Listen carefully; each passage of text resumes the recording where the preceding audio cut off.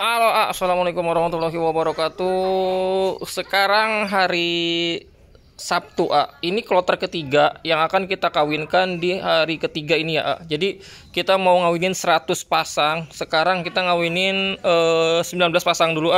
Jadi 19 pasang ini udah kita jodohin kemarin Jumat sore. Sekarang Sabtu pagi akan kita langsung satuin. Dan kalau kalian lihat, kemarin kita ngawinin di sini tuh 30 pasang, udah kita pindah ke pembesaran semua. Di sana udah pindah, terus di sini juga pindah. Nah, yang di sini kosong, ini 09. Ini akan kita isi sama yang ini, akan kita isi sama yang di sana. 9 pasang itu udah berenang bebas burayaknya, berarti akan kita pindah. Jadi yang ini 19 pasang akan kita isi burayaknya nanti untuk kolam terpal ini ya. Jadi kolam terpal ini satu kolam itu 4 pasang, jadi 12 pasang, sisanya di bak. Jadi alhamdulillah ini akan kita fullin. Jadi total baru di breeding itu kemarin kita breeding ada sekitar 45 pasang, terus ini 20 pasang, 19 pasang. Jadi ada 64 pasang lah, masih sisa 36 pasang lagi. Jadi langsung kita kasih lihat buat kalian settingan indukan dan juga calon indukan ya nih. Jadi alhamdulillah ini RKC kita baru breeding lagi. Kenapa baru di breeding lagi RKC? Karena stok barongsainya kita udah full. Jadi alhamdulillah kita kalau breeding itu lihat stoknya dulu. Ketika breeding partaian untuk partaian dan untuk indukan udah full, baru kita breeding ke jenis yang lain. Nah ini semuanya udah bukin buih. Jadi kalau buat metode perkawinan itu paling bagus pakai metode penjodohan. Jadi tingkat keberhasilannya tinggi ya. Kalian bisa lihat ya nih, buihnya banyak, menandakan jantannya udah sobu. Nah, sebelum penjodohan ini kita kasih makan. Jadi pada saat penjodohan ini kemarin kita kasih jentik nyamuk banyak dan ini udah habis. Jadi fungsi jentik nyamuk ini kita untuk pakan ikan indukan sebelum kawin ya. Jadi biar dia nggak makan telur.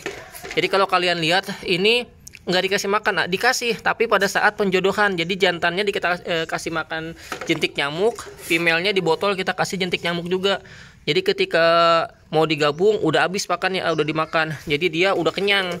Nah pada saat kenyang dia tinggal kawin, jadi udah nggak makan telur lagi. Nah itu cara simpel biar jantan itu nggak makan telur atau tingkat keberhasilannya tinggi lah. Jadi biar kawin semua pakai penjodohan, dikasih makan sebelum dikawinin.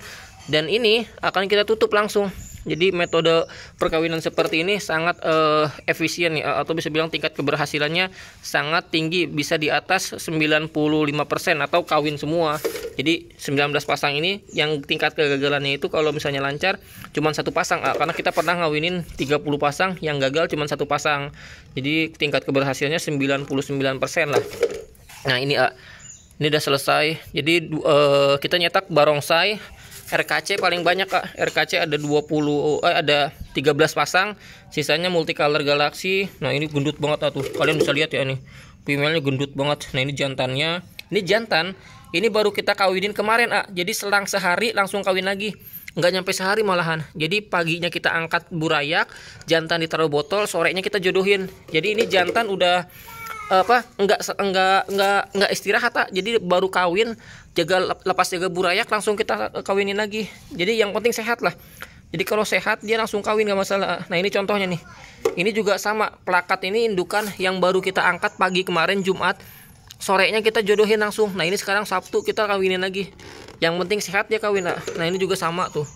Jadi nggak pakai jeda langsung kawin lagi. Makanya jantan di sini tuh nggak pernah ngikut burayak. Kenapa? Karena memang jantannya kita langsung kawinin lagi. Ini juga sama nih. Ini nggak ada female-nya. Lupa kemarin. Jadi selesai di jodohin, selesai disatuin, kita tutup jangan diliatin. Karena kalau misalnya diliatin dia akan gagal kawin ya. Jadi diliatin itu nanti sore. Jadi Sabtu sore paginya disatuin, sorenya kita lihat menjelang maghrib atau bisa dibilang 11 jam lah pada saat penjodohan. Jadi penjodohan itu Jumat sore jam 5:30, Sabtu pagi sekarang itu jam 7:30 itu kita satuin. Jadi biar apa? Biar dia kawin. Nah pada saat di perkawinan ditutup. Tapi ditutupnya jangan full. Kalau full nanti dia ketika dibuka buihnya itu dia akan pecah-pecah karena dia nggak ada udara masuk keluar. Jadi ditutupnya itu sisain ruang udaranya itu sekitar 20%. Nah 20% ini biar udaranya itu ada yang masuk. Jadi nggak ketutup semua. Jadi jangan ditutup full ya. Kalau ditutup full nanti dia malah pecah-pecah nanti gelembungnya pada saat dibuka. Nah, pada saat perkawinan jangan sekali-sekali dilihat ya, biarin aja. Nanti dilihatnya sore. Jadi kalau sore belum kawin, jangan diangkat. Jadi langsung kasih makan lagi ya. Jadi misalnya sore enggak kawin, jangan diangkat, langsung kasih makan jentik nyamuk atau cacing sutra. Tapi jangan banyak-banyak, yang penting dia makan.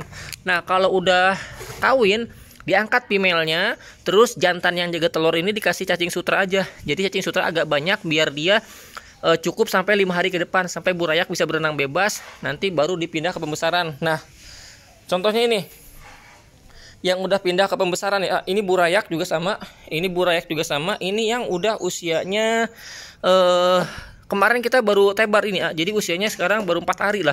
Ini 4 hari usia burayak ya. Jadi 4 hari itu terhitung burayak itu bisa berenang bebas. Burayak bisa berenang bebas itu usianya 3 hari. Terus usia sekarang ini udah 4 hari. Nah ini masih kecil banget. Tuh kalian lihat ya nih. Masih kecil banget tuh, ada burayaknya. Ini pakannya apa? Kutu air. Nah kutu air ini kita kasihnya sebelum penuangan udah ada kutu air. Jadi biar kutu airnya mecah-mecah kecil-kecil. Jadi di sini dia sampai usia 2 minggu ya. Ketika 2 minggu nanti ini akan kita sifon dasarnya. Di sifon itu sedot kotoran pakai selang. Nah selangnya seperti itu. Jadi selangnya seperti itu. Terus ditambahin air dulu. Sebelum ditambahin air kita kasih makan. Jadi dikasih makan dulu sebelum disifon, nanti airnya muter. Nah pada saat muter nanti kotorannya akan mengendap di tengah. Jadi sifonnya itu kita cuma di titik tengah aja, kotorannya kebuang, baru kita tambahin air. Nah itu biar kondisi airnya bagus. Jadi 2 minggu setelah burayak usia 2 minggu 3 minggu kita sifon pertama kali. Kalau udah 1 bulan, 1 bulan itu baru umur segini nih. Sebulan nih pokoknya sebulan ini deretan inilah. Deretan ini yang kecil-kecil, ini sebulan nanti disifon, enggak disifon, diganti total. Jadi diganti total airnya, dikuras, ikannya diserok, terus dicuci bersih, dikasih garam sama ketapang. Jadi usia 1 bulan baru 1 kali pengurasan total. Nah kalau udah 1 bulan nanti disifonnya lagi seminggu sekali bisa atau 2 minggu sekali bisa. Yang penting kalau airnya nggak bagus langsung ganti total. Kalau nggak disifon aja. Disifon paling bagus 3 hari sekali Biar apa? Biar ikan cepat besar. Karena kalau cepat besar ikan juga nanti bakal bagus pertumbuhannya rata. Jadi nggak ada yang kecil gedenya. Nah jangan lupa pakannya full. Jadi kalau udah 1 bulan ke atas, ini udah 1 bulan setengah. Kalau udah 1 bulan setengah atau 1 bulan ke atas, pakannya banyakin banyakin aja biar apa? Biar ikan juga pertumbuhannya rata besar. Jadi jangan sedikit kasih makannya. Kalau misalnya sebulan ke atas, kalau misalnya baru 4 hari seperti ini, jangan banyak-banyak. Jadi kesalahan pemula itu kadang-kadang usia 4 hari kasih kutu airnya banyak. Nah itu jangan salah. Kalau banyak-banyak nanti dia mati malahan.